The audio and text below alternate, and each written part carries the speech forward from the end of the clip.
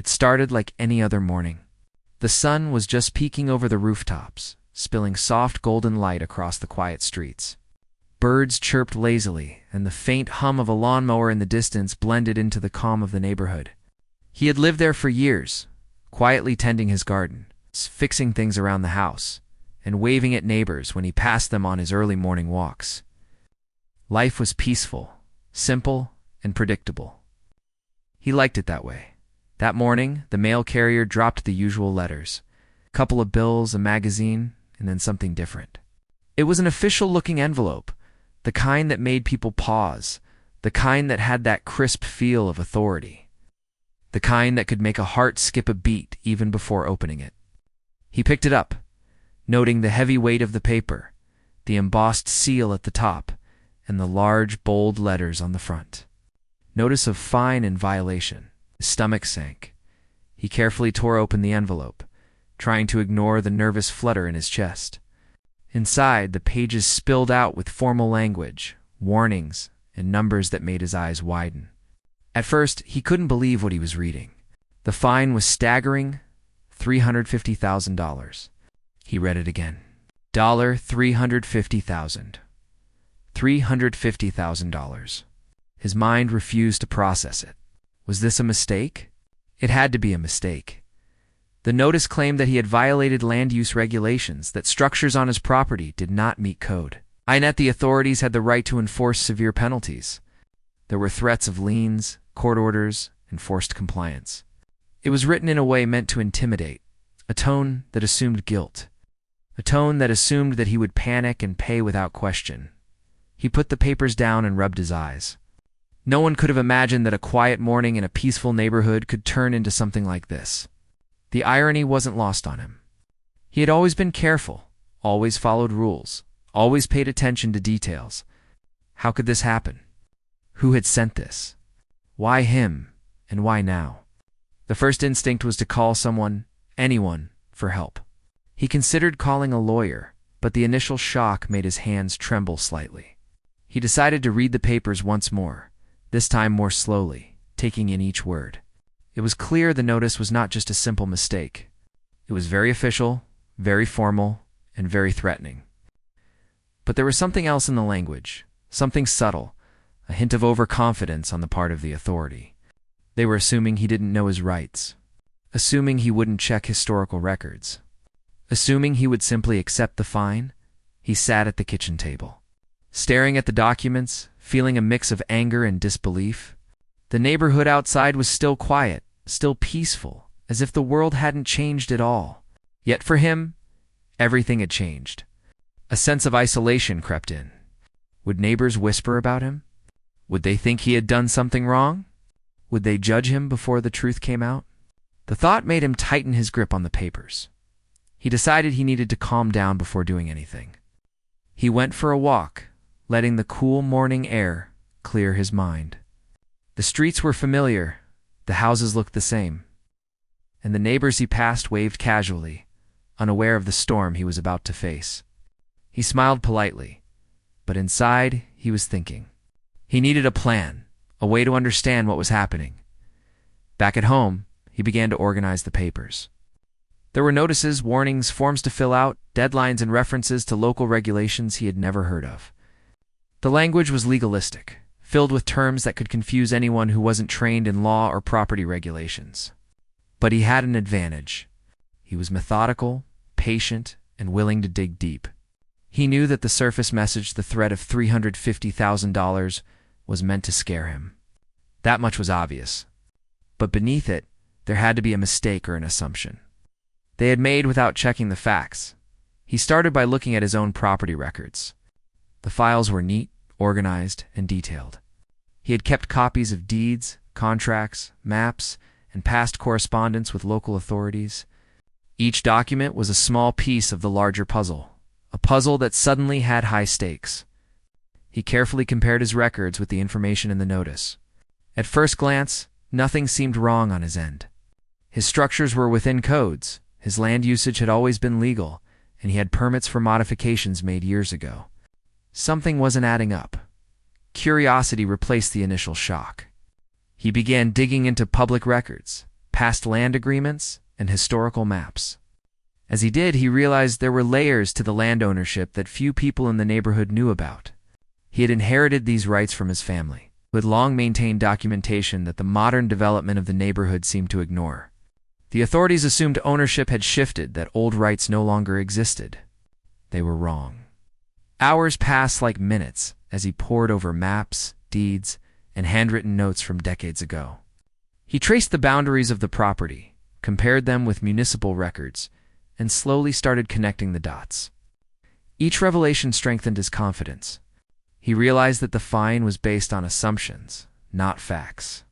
It was a bluff, one designed to make him comply without question. But he wasn't going to comply. Not blindly. Not ever. Meanwhile, word of the notice started leaking. Neighbors, as curious as they were cautious, began to notice the official documents sitting by the door. Some whispered behind fences, others peeked over when he stepped outside. There were questions, and in the beginning, a subtle judgment.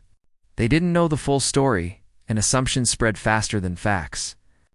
But he ignored the whispers. He knew that understanding the truth mattered far more than appearances. The authorities didn't wait long to escalate. A week later, another notice arrived. This one was more insistent, with threats of immediate action if payment wasn't made. They seemed to think fear would force compliance. He didn't respond immediately. Instead, he gathered everything he had collected over the past few days and made a decision. He would confront the situation methodically, not emotionally. The authorities may have assumed he was just another resident, someone easily intimidated. They had underestimated him. He also started documenting everything, every letter, every phone call, every action taken by the authority. Each document was stored carefully, time-stamped, and organized. He knew that in a legal battle, precision mattered. More than that, he understood the power of knowledge. He had been quiet, meticulous, and unassuming in the neighborhood for years. Now, that patience and attention to detail were his greatest weapons. Evenings were the most challenging. Quiet dinners, dim lights, and the soft hum of the refrigerator felt heavier with the weight of the fine looming over him. But he refused to let fear take hold. He reminded himself of the facts, of the ownership records that predated the neighborhood's development, of the family history that was now his responsibility to defend. Each document he reviewed gave him a sense of control he hadn't felt since opening the first notice. Neighbors continued to speculate, and rumors spread like wildfire. Some assumed he had broken some rule. Others thought the fine was real, that $350,000 could never be contested. But he smiled quietly to himself. They didn't know what he knew. They didn't know the history buried in the records, the legal rights hidden in plain sight, the legacy that had been waiting quietly for him to recognize it. He also began considering the broader implications. If he could prove his ownership and rights, the entire approach of the authorities could be challenged. They had acted arrogantly, assuming ignorance, assuming fear. And arrogance, he had learned over the years, was always a weakness. He decided that once he had gathered all the necessary evidence, he would act decisively. The fine, the threats, the whispers, they would all backfire. Days turned into weeks, and he continued his research. Old deeds from decades ago, maps that showed roads, easements, boundaries that nobody in the neighborhood had remembered, they all painted a picture of a truth hidden in plain sight. The authorities had no idea what they were dealing with. They had treated him like an ordinary homeowner. But he was anything but ordinary in this particular situation. Throughout it all, he kept up appearances. He mowed the lawn, waved at neighbors, and maintained the house as if nothing had happened. No one could see the storm brewing behind the calm exterior. But inside, he was preparing, learning, and waiting. He understood that knowledge was power. Patience was a weapon. Timing was everything. By the end of the first month, he had compiled a mountain of evidence. Each piece confirmed what he suspected. The $350,000 fine was baseless. It was a challenge, a test of fear, and he had passed without flinching. Now, it was time to plan the next steps. The authorities believed they controlled the situation. They didn't. They had underestimated him, and in doing so, they had set the stage for their own embarrassment. The quiet neighborhood, once just a backdrop for his peaceful life, now felt like a chessboard. Each neighbor, each official, each street had its place. And for the first time in years, he felt a sense of exhilaration. This was no longer just about defending himself.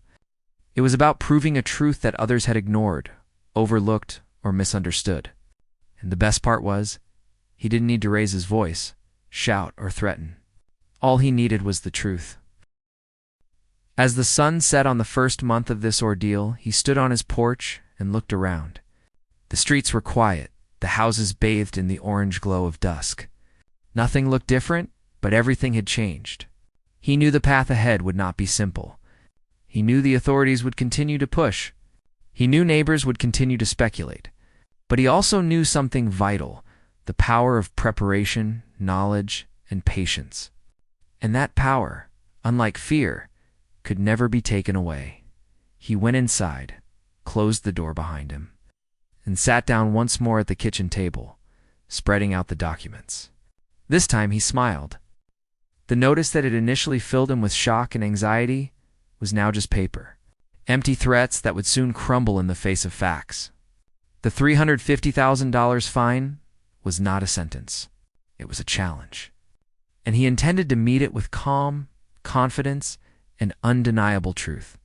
For the first time in weeks, he felt a lightness he hadn't felt since opening the envelope.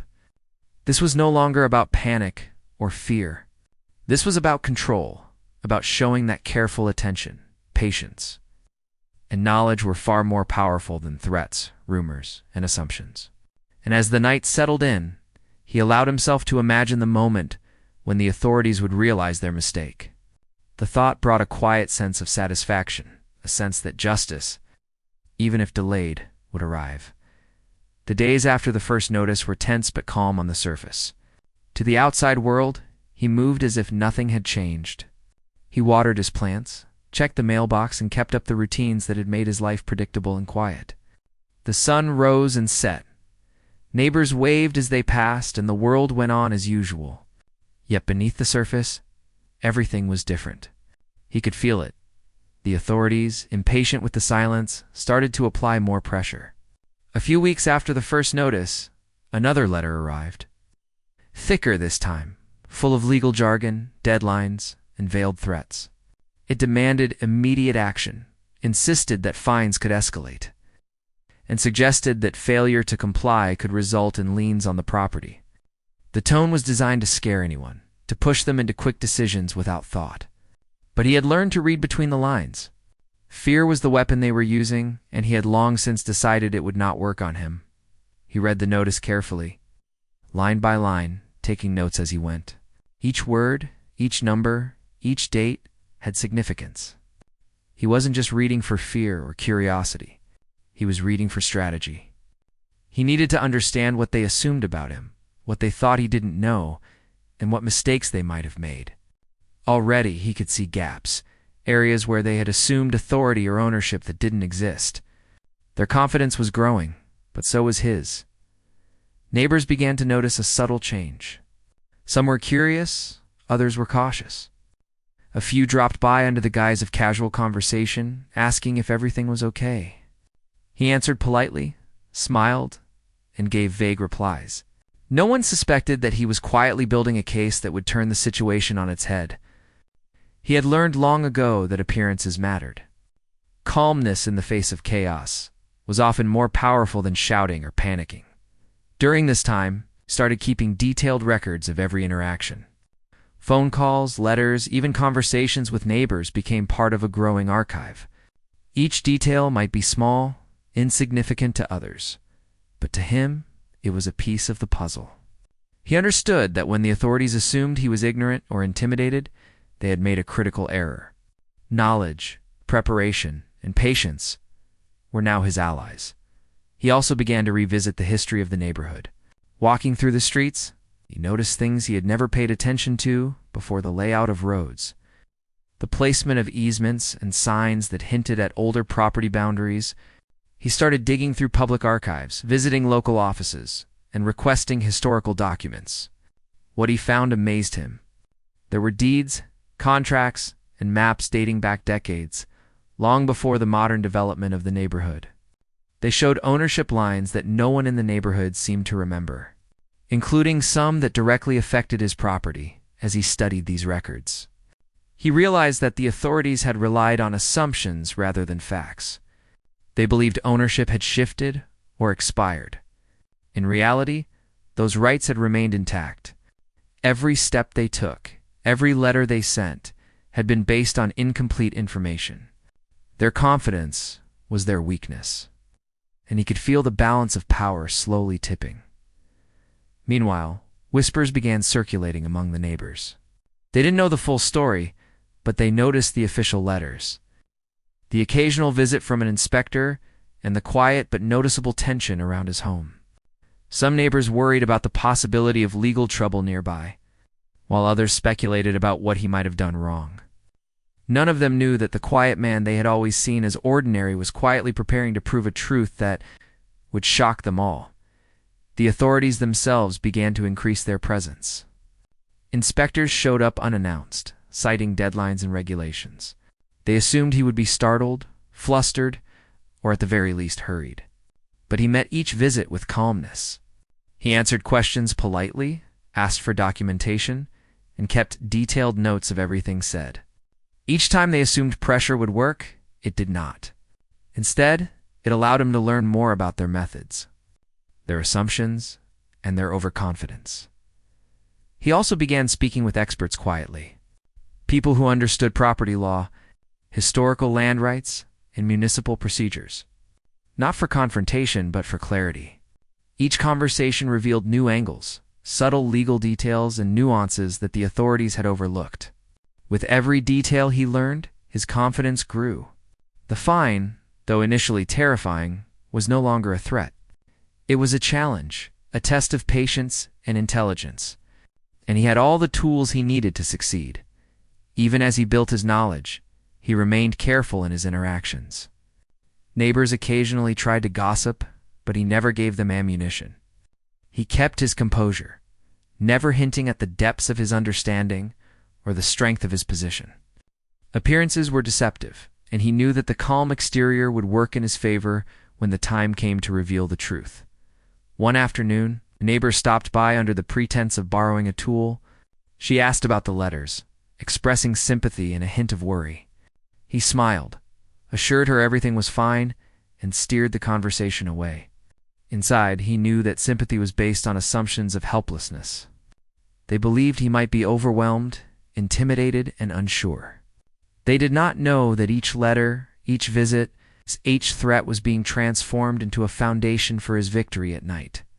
He would sit at the kitchen table, spreading out maps and documents. Light from the lamp cast shadows across the pages, highlighting old survey lines, property markers, and legal notations. He traced each line carefully, cross-referenced with city records, and built a complete picture of the property he had inherited. It was intricate work, demanding attention to detail, but he enjoyed it. There was a satisfaction in understanding the truth so completely that no one could argue with it. The more he studied, the more he saw the arrogance in the authorities' approach. They had assumed he would be frightened, assumed he would comply, assumed that knowledge and preparation did not exist in someone like him. Each assumption was a misstep, a weakness in their strategy, and each misstep became his advantage. As the weeks continued, he noticed subtle shifts in behavior. Inspectors who had once arrived confidently now hesitated, asking for clarification or leaving documents behind for review. Notices were sometimes delayed, sometimes written in less forceful language. He did not celebrate these changes publicly. Quiet observation was more powerful.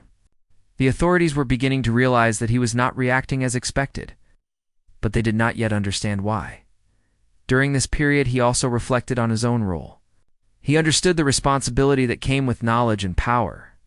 This was not about revenge or proving neighbors wrong. It was about truth, fairness, and protecting rights that had been overlooked. He kept this principle at the forefront of his mind. It guided his actions, ensuring that each step he took was measured, deliberate, and just. In parallel, he started to notice patterns in the neighborhood itself. Some neighbors seemed genuinely curious about the documents he received, Others were cautious, watching from a distance. Some were concerned, unsure whether the threat was real or exaggerated. He paid attention to these patterns quietly, noting who might be allies, who might spread misinformation, and who would remain neutral. Understanding people, he realized, was as important as understanding the law. One morning, he received yet another letter. This one carried a subtle change in tone, as if the authors were beginning to sense the challenge they faced. The threats were less certain, the language slightly softer, almost as if they doubted their own position. He read it with calm amusement. Each letter, he realized, was a reflection of their own uncertainty. They had expected fear, but instead they were encountering patience, preparation, and clarity. He knew that the next phase would require careful communication. He began drafting notes, questions, and requests for official clarification. Every interaction would be deliberate, every question calculated. He was no longer reacting. He was guiding the situation. The authorities believed they controlled the narrative, but in truth, he was shaping it from the shadows. His evenings remained dedicated to study. He pored over historical records, old contracts, and maps that few others had seen. Each discovery reinforced his understanding, each connection built toward a larger picture that would soon be undeniable. He traced ownership lines, easements, and rights-of-way. Realizing that the neighborhood had been constructed without fully considering the original property boundaries, the authorities had overlooked decades of legal history. As the month drew to a close, he felt a sense of readiness. The pressure had not broken him. It had strengthened him. The authorities' assumptions, the neighbors' whispers, and the looming threat of the fine had all become part of his preparation. Knowledge was his shield, patience was his strategy, and understanding was his weapon. He took a moment to step outside and breathe. The neighborhood was quiet, as it always was in the early morning. Birds called, a car passed by, and the sunlight glinted off rooftops. Everything seemed ordinary, but he knew differently. Beneath the calm, a foundation of truth and preparation was being laid. Ready to confront ignorance and arrogance alike, in those quiet moments, he smiled to himself. The authorities had underestimated him. They assumed that a man living quietly in a peaceful neighborhood would panic when faced with a massive fine. They assumed they could intimidate him, silence him, or make him comply without question. But he had proven them wrong, step by step, day by day. And the truth, he knew, would soon make itself clear to everyone, the fine. That the letters, the visits, all of it, had been a test. And he had passed, not by fighting blindly, not by reacting emotionally, but by remaining calm, observing, and preparing. The power of knowledge had turned fear into strategy, panic into patience, uncertainty into clarity, as he returned inside. Closing the door behind him, he spread out the maps and documents once more. The room was quiet, filled only with the soft hum of the night outside and the gentle rustle of paper. Each document, each line, each note was a piece of a larger truth that the authorities would soon have to face. And he was ready. This was not the end, but it was the turning point. The authority had applied pressure, tried to intimidate, and assumed ignorance. But patience, preparation, and knowledge had shifted the balance. The fine was no longer a threat. It was an opportunity to reveal truth, assert rights, and quietly demonstrate that the man they assumed powerless was far from it.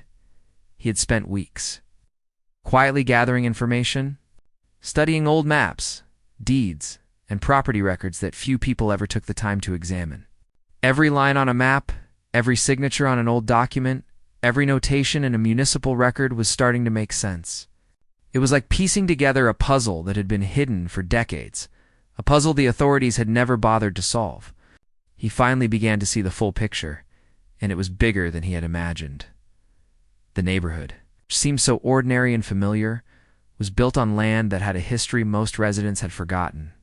Roads, easements, and infrastructure had been laid out without fully accounting for the original property boundaries.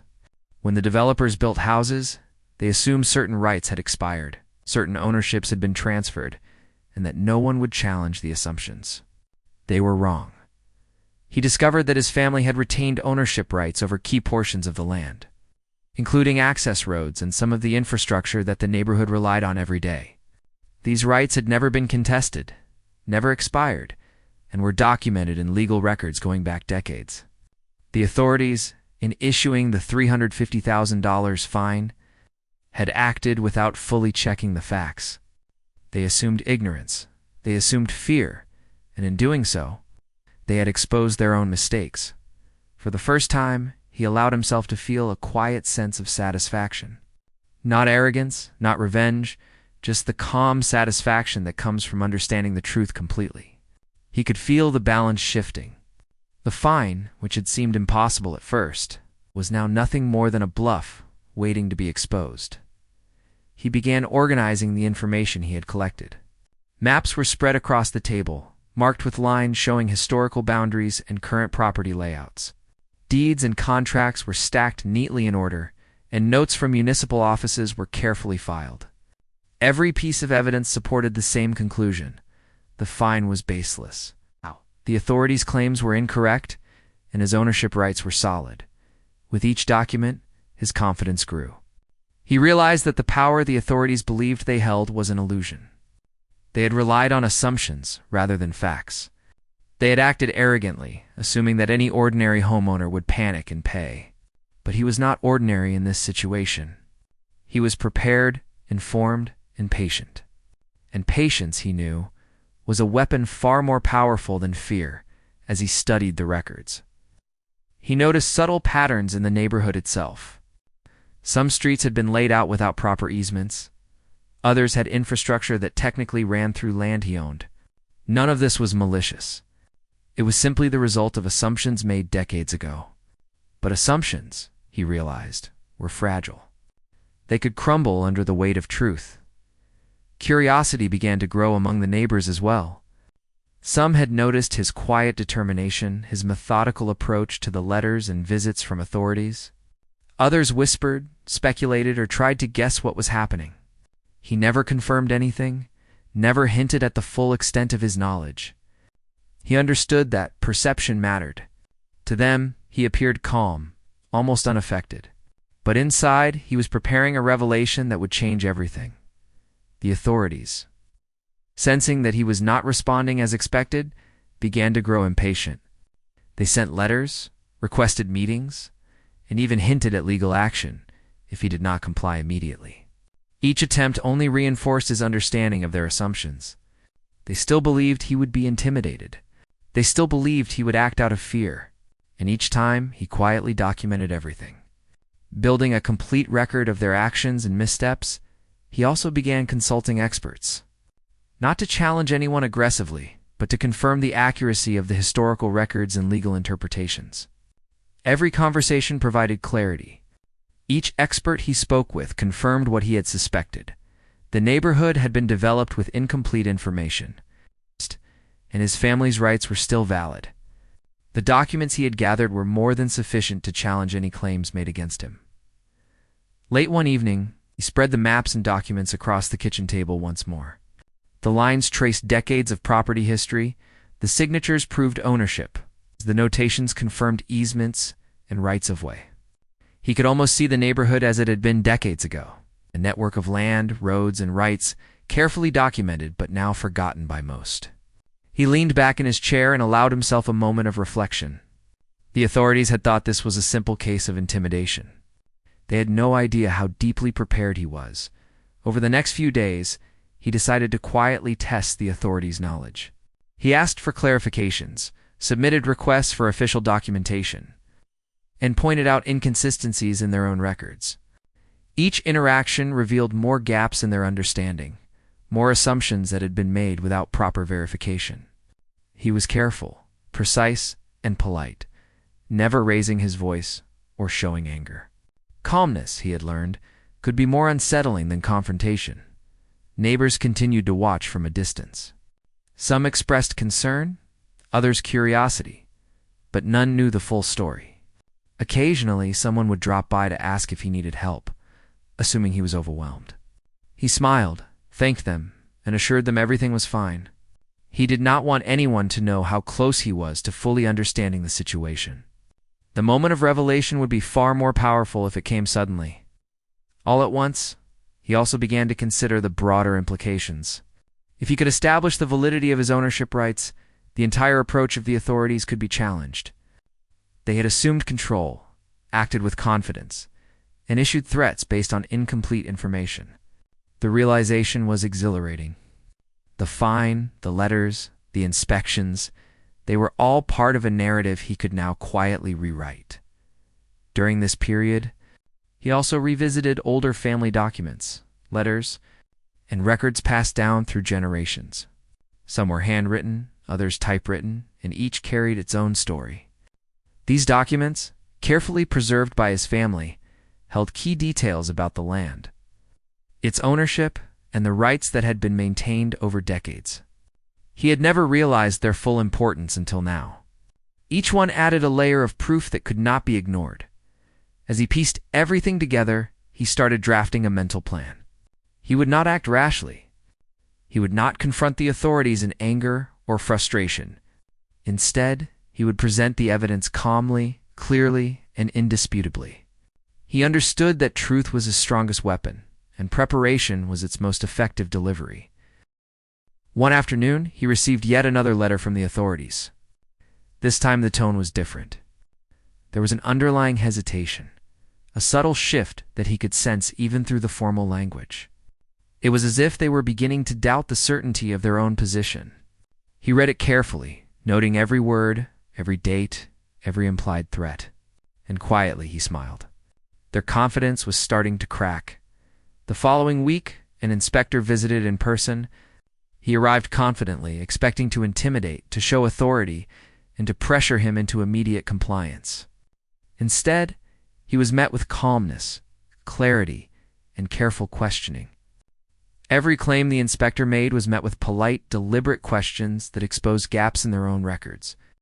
The inspector left slightly unsettled, and for the first time, became clear that he had shifted the balance of power. He continued to document everything meticulously. Every conversation, every visit, every letter was noted and cross-referenced. He knew that when the time came to present the full truth, there would be no room for doubt. The authorities would not be able to dismiss the facts, the maps, the deeds, or the historical records. Every assumption they had made would be exposed. In parallel, he continued observing the neighborhood. Some neighbors were beginning to notice changes in the behavior of the authorities. Letters were less aggressive, visits less frequent. Rumors spread about delays, about complications in the case, but he did not comment. He remained calm, almost invisible. While quietly building toward a revelation that would shock the entire community, he also began reaching out quietly to people who had historical knowledge of the neighborhood. Longtime residents, retired officials, and others who had been around when the land was first developed provided additional insights. Each conversation confirmed what he already suspected. Much of the neighborhood had been built on assumptions, and his family's rights had never been properly accounted for, as days turned into weeks. He felt a growing sense of readiness. The authorities' attempts to pressure him had only strengthened his position. The fine, once terrifying, was now a tool to expose arrogance and assumptions. The neighborhood, which had seemed so ordinary, was now a landscape of hidden truths waiting to be revealed. One evening, as the sun set and the neighborhood was bathed in golden light, he walked the streets quietly. He traced the boundaries, observed the easements, and mentally mapped the connections that had been forgotten. Each step reinforced his understanding. Each observation added clarity, and each quiet moment prepared him.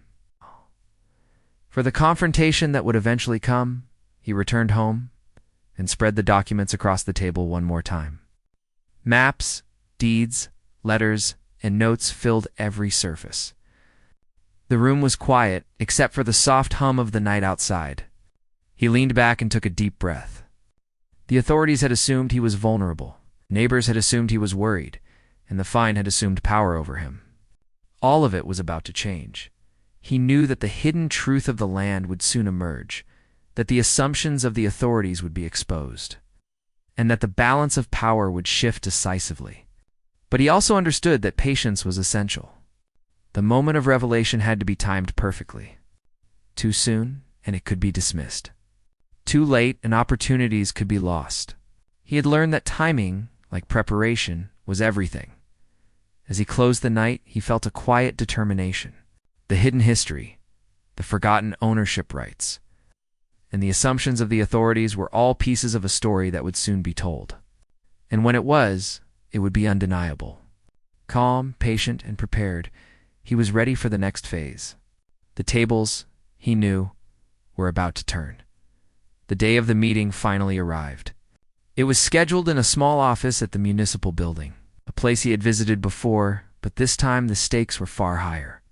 He had prepared for weeks, compiling every document, every map, every note he had gathered over the past months. The weight of knowledge rested on the table beside him, neatly organized. Each piece a testament to patience and careful study. He felt calm. No nervousness, no panic. Just focus. As he arrived, he noticed the room was small, formal, and quiet. A few officials were already seated, reviewing papers and glancing at him with what seemed like confidence. But confidence, he knew, could be fragile. He carried himself steadily, acknowledging their presence with a polite nod but giving nothing away. He set his briefcase down and opened it carefully, arranging the documents so that they would be easily visible. The meeting began with the officials outlining their concerns. They spoke with authority, citing regulations, deadlines, and the supposed violations that had led to the $350,000 fine. Their tone was firm, designed to intimidate and assert control. They expected him to react with fear, to stumble, or to admit some fault. But he did not. He listened carefully, noting every word, every assumption, and every hint of overconfidence. When they finished, he spoke calmly. He thanked them for clarifying their position, and then he began to present the evidence he had collected. He laid out maps showing historical property boundaries, highlighting roads, easements, and infrastructure that had been legally owned by his family for decades. He showed deeds, contracts, and letters from previous officials that confirmed ownership rights.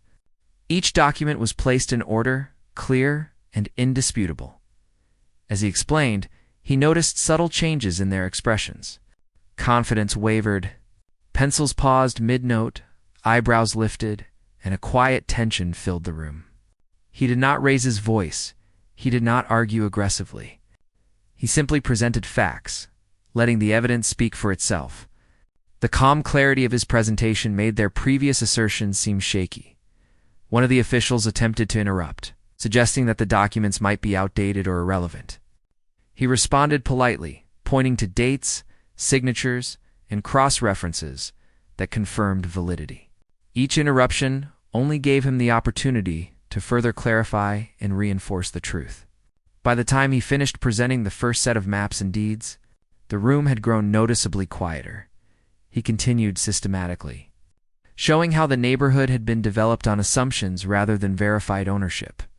Roads had been built, easements had been claimed, and infrastructure had been placed without properly accounting for the original property rights. The authorities had acted on incomplete information, and the evidence on the table now left little room for doubt. As he spoke, he noticed glances exchanged among the officials. They were no longer fully confident, no longer certain of the narrative they had assumed was uncontested. He had anticipated this, and he pressed forward, calmly explaining historical context, legal continuity, and the validity of his family's claims. Each fact, each document, each clear explanation chipped away at their assumptions. He then moved on to the correspondence he had collected from municipal offices and historical records. Letters written decades ago showed explicit recognition of the ownership and rights that had been assumed lost. Contracts and agreements confirmed legal continuity. The room, once confident, now seemed to shrink with the weight of evidence. Silence grew. He did not need to raise his voice. The truth was loud enough on its own. One of the officials attempted to challenge the presentation by citing modern regulations. He listened carefully and responded by showing how historical rights and modern regulations intersected. He demonstrated that the rights he held were legally binding, regardless of later assumptions. The clarity of his explanation left no room for misinterpretation. By the time he had finished laying out the full scope of historical maps, deeds, and records, a quiet had settled over the room. The officials, who had arrived expecting an intimidated homeowner, were now facing someone who had meticulously studied the law, the history, and the facts. Each of their assumptions had been addressed, each claim countered with evidence. He then explained the specific implications of his findings. Roads, easements, and infrastructure within the neighborhood rested on land he legally owned. Any claims against him were therefore invalid. The fine, the letters, and the threats were based on incomplete knowledge. His calm, methodical approach made it impossible for them to dismiss the truth. One official finally spoke, cautiously asking for clarification about a particular document. He responded calmly, explaining the details in simple terms, showing how it fit into the larger narrative. Each question was met with precise answers, leaving no ambiguity. As he spoke, the officials began to realize the enormity of their mistake. Another official attempted to assert authority, suggesting that the fine still needed to be addressed. He smiled quietly and explained, using historical evidence, legal documents, and careful reasoning, why the fine was not valid. His tone was firm, but respectful, ensuring that the room understood the seriousness of the situation without confrontation. By the end of the meeting, the mood had shifted dramatically. What had begun as a confident assertion of authority had turned into careful consideration, subtle doubt, and quiet acknowledgement of error. The balance of power had shifted entirely. He had not raised his voice, he had not threatened anyone, but the truth he presented could not be ignored. The officials requested time to review the documents further. He agreed politely, knowing that this was part of the process. They had underestimated him, assumed fear, and relied on incomplete knowledge. Now, they were faced with undeniable facts. The weight of their own mistakes was beginning to show. As he left the municipal building, he felt a sense of calm triumph. Nothing had been publicly declared yet. No fine had been overturned, but the first cracks were appearing. The authorities had begun to acknowledge, at least quietly, that their assumptions had been flawed. The next steps would solidify the reversal. But the turning point had already arrived. Back home, he spread the documents across his kitchen table once more. The maps, deeds, and correspondence represented more than just evidence. They were a testament to patience, preparation, and careful study. Each piece told a story, and together they created a narrative that was undeniable. He reviewed the details again, noting anything that might need reinforcement in follow-up communications. Neighbors, still unaware of the full situation, continued their daily routines. Some observed subtle changes, noticing fewer letters, fewer visits from inspectors, and a quieter tone from municipal authorities. But none realized the depth of the preparation, the clarity of evidence, and the inevitability of the truth becoming public. Over the following days, he continued to communicate with the officials, responding to requests for clarification and providing additional documentation where needed. Each interaction reinforced his position and slowly eroded any remaining confidence the authorities had in the fine. They had assumed fear, assumed compliance, and assumed ignorance. Each assumption had been proven wrong. He also reflected on the broader significance of the situation. It was not just about the fine or the letters or even the neighborhood itself. It was about the power of preparation, knowledge, and patience. By calmly presenting facts, relying on evidence, and understanding history, it transformed a situation that could have been overwhelming into one of control and clarity. During this period, he also began preparing for the neighborhood's reaction. He knew that once the truth became clear, neighbors would have questions, opinions, and perhaps even a sense of surprise. He planned to share information carefully, ensuring that the narrative remained accurate and that misunderstandings were avoided. Transparency, he realized, would strengthen his credibility and reinforce the legitimacy of his claims. Weeks passed, and subtle changes became more noticeable. Letters threatening fines stopped arriving. Visits from inspectors became less frequent, and when they did occur, they were careful, polite, and measured. The authorities were beginning to respect the reality of the situation. Even if they were reluctant to admit it publicly, neighbors started noticing small signs that something had changed. Some asked questions politely, others observed quietly. He continued to maintain his calm demeanor, never revealing more than necessary. The appearance of normalcy was part of the strategy. Patience and subtlety had worked in his favor, creating a situation where the truth could emerge without confrontation. He continued to refine his understanding of the neighborhood, the property, and the legal framework surrounding it. Each day brought new insights, confirming that the authorities' assumptions had been flawed from the start. The fine had been issued based on incomplete knowledge, and now that knowledge had been corrected. As he reviewed his notes one evening, he realized that the next step was clear.